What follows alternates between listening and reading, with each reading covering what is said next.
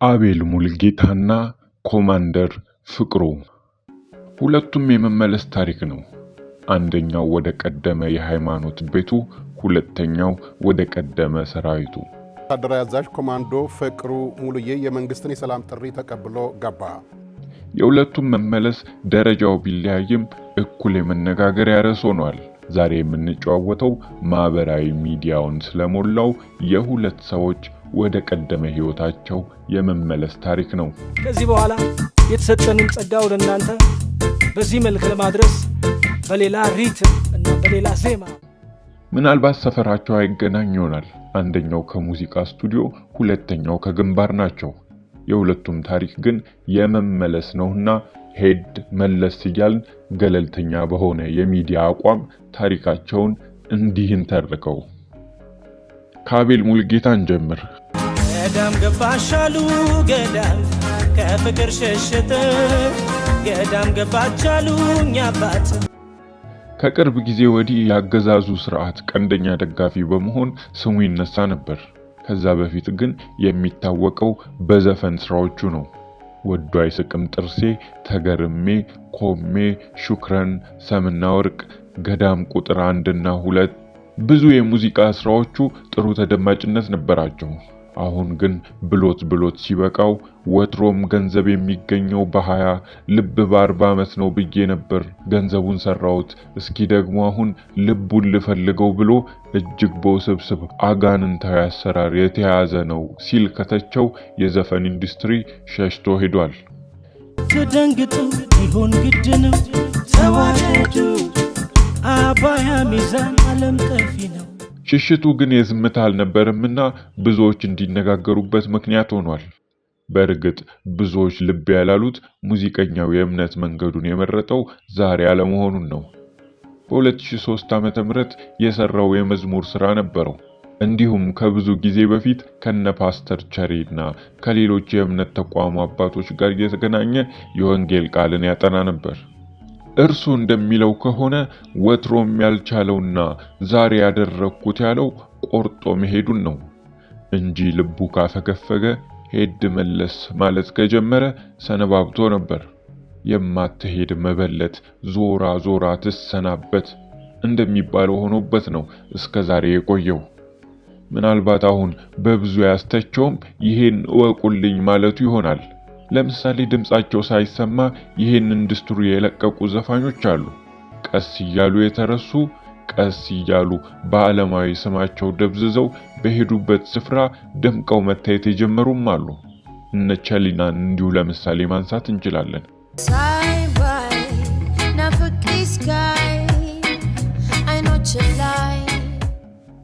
ከመሃል ዘመን ሰዎች ደግሞ ትዕግስት ወይሶን እንደ ምሳሌ ማሩቅ ዘመን ሰዎችም እንዲሁ እነ ሙሉቀን መለሰን መጥራት እንችላለን።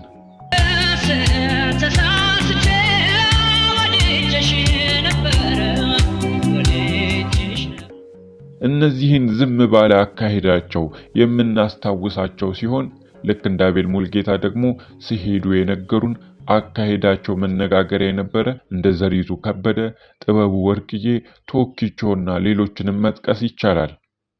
ከሙዚቃ ስቱዲዮ አንድ አፍታ እንውጣና ወደ ግንባር እንጓዝ። አማራን ነጻ እናወጣለን የሚል መነሻ ይዘት ትግልን ብንጀምርም አሁን ላይ ሰከን ብለን ሁኔታውን ስንመለከተው አካሄዳችን የአማራን ሕዝብና ሀገራችንን ለከፋ አደጋ የሚያጋለጥ ሆኖ ስላገኘ ነው። ስለ ሁለተኛው ሰው መመለስ ጥቂት እንበል። ኮማንዶ ፍቅሩ ሙሉዬ በአማራ ክልል እየተካሄደ በሚገኘው የሀገር ውስጥ ውጊያ ላይ ስምና መልኩ ጎልቶ ከሚታዩ የጦር አዛዦች መሃል አንዱ ነበር። በቀደመ ህይወቱ በመከላከያ ሰራዊት ውስጥ ኮማንዶ የነበረ ሲሆን በኋላም ወደ አማራ ክልል አቅንቶ በፋኖ ትግል ውስጥ በምስራቅ አማራ ቀጠና ምኒልክ እዝ ያሳመነው ኮር አዛዥ ሆኖ በላስታና አካባቢው ሲታገል ነበር። አሁን የመንግስት የመደበኛ ሚዲያዎች ባወጡት መረጃ መሰረት ኮማንዶ ፍቅሩ ትጥቅና ታጣቂ ወዳጆቹን ይዞ ወደ ሰራዊቱ ቤት ተመልሷል። ለመመለሱ እንደ ምክንያት ያነሳውም ዓላማችን በውስጥ ባሉ አድርባዮች በህወሓትና በውጭ ኃይሎች ተጠልፈዋል፣ የታሪክ አተላ ተሳታፊና የሌሎች ፍላጎት አስፈጻሚ መሆን ስለማልፈልግ ወደ ሰላማዊ ህይወት መመለስን መርጫለሁ ሲል መናገሩን ሚዲያዎቹ ዘግበዋል። ኮማንዶ ባልሰከነ ግንዛቤ ተገፋፍቶ ህዝብና ሀገርን መበደሉ ከፍተኛ ጸጸት እንደፈጠረበትም የኢቢሲና የአሚኮ ዘገባ ያሳያል። የዚህን ዜና ፖለቲካዊ ትርጓሜ ለእናንተ እየተውነው ወደ ሙዚቃ ስቱዲዮ ታሪክ እንመለስ። እንደው የሚገርመኝ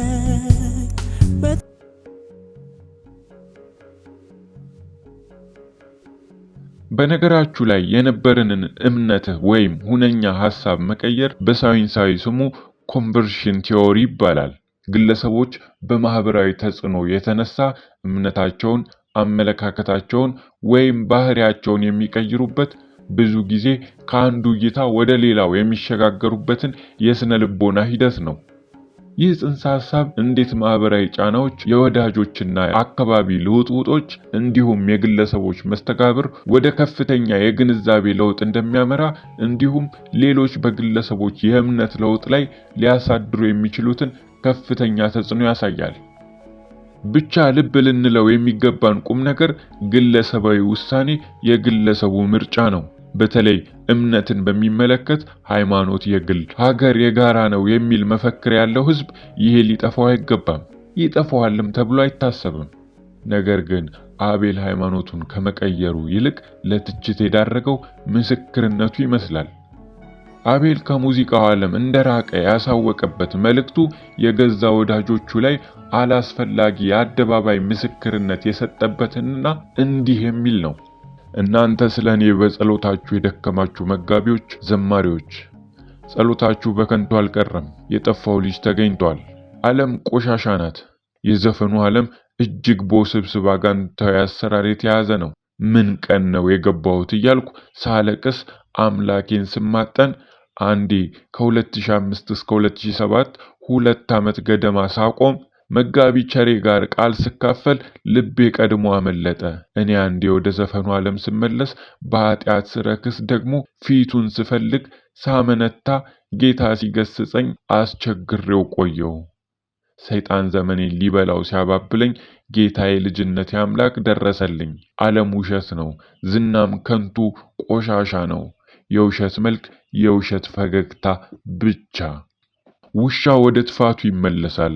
ደግሞ የታጠበች ርያ በጭቃ ለመንከባለል ትመለሳለች እንደሚባል እውነተኞቹ ምሳሌዎች ሆኖባቸዋል። ሁለተኛ ጴጥሮስ ምዕራፍ 2 ከቁጥር 22። ይህ ቃል ለኔ ነው። ስንቴ ስወጣ ስንቴ ስገባ፣ ዛሬ ቀኑ ቆረጠ፣ አመለጥኩኝ፣ ታደገኝ፣ አዳነኝ፣ ሸክሜ ወደቀ፣ እሰይ ያልኩት ጌታዬን በጨለማ የነበርኩበትን ወንድማችሁን ደጉ አባቴ አባታችሁ ሮጦ ተቀበለኝ። ጌታን ባርኩልኝ፣ ስሙን ከፍ አድርጉልኝ። ጽድቅ ግን በእምነት ይኖራል፣ ወደ ኋላም ቢያፈገፍግ ነፍሴ በእርሱ ደስ አይላትም። ዕብራውያን ምዕራፍ 10 ከቁጥር 38። ከዚህ በኋላ በዘፈኑ ዓለም የለሁም። ዳግም ዞር ብዬ አላየውም። ስሙ ይባረክ። ኢየሱስ ጌታ ነው። በዘፈኑ ያላችሁ ወዳጆቼ አሁን ሽንገላ የለኝም። ዘፋኝነት ከስካር ጋር ተነጣጥለው አያውቁም። እኔን የታደገኝ አምላክ አምናለሁ፣ እናንተንም ይታደጋችሁ። እሰይ የተሰኘውን ዝማሬ የሰራሁት በ2003 ዓ.ም ላይ ያዳነኝን የልጅነቴን ጌታ ከርያ ሰፈር ሆኜ ወይም በጨለማው ዓለም የአባቴን ቤት ናፍቄ ምን ነው አባቴ ቤት ሄጄ ባሪያ በሆንኩ እያልኩ በናፈቅኩት ወቅት የጻፍኩት ነው። ለዘማሪ በረከት ዓለሙ ሰጥቼው አስቀድሞ ዘምሮታል። የቀደመው ድምጻዊ የአሁኑ ዘማሪ አቤል ሙልጌታ በዚህ መልእክቱ ላይ ለዓመታት የቆየበትንና ሌሎች እንደ መተዳደሪያ የሚቆጥሩትን የሥራ ዘርፍ መተቸቱ እንዲሁም የሙያ አጋሮቹን ከስካርና ኃጢአት ጋር አያይዞ በአደባባይ ለመፈረጅ መድፈሩ ለትችት እንደዳረገው መገመት ይቻላል።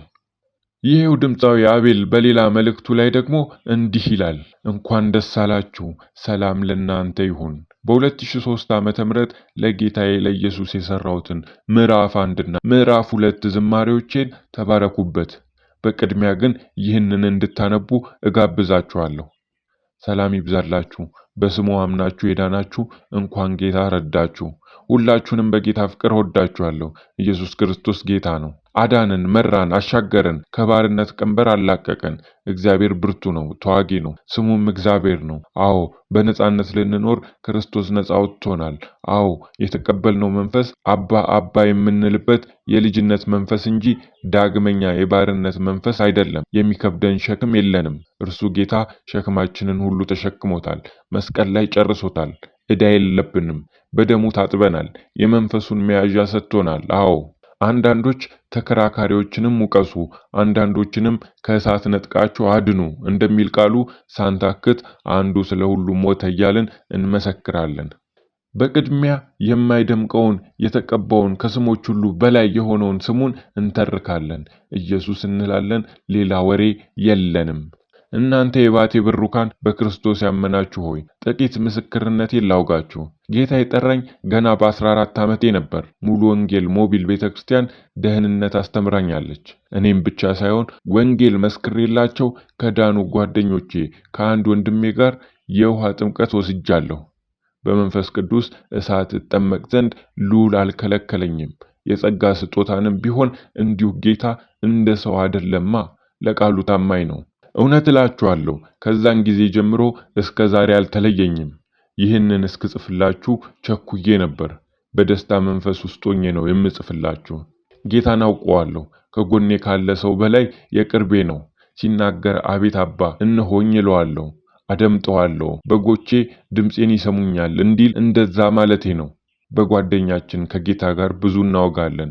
ስራ ሲለኝ እሰራለሁ፣ ተናገር ሲለኝ እናገራለሁ።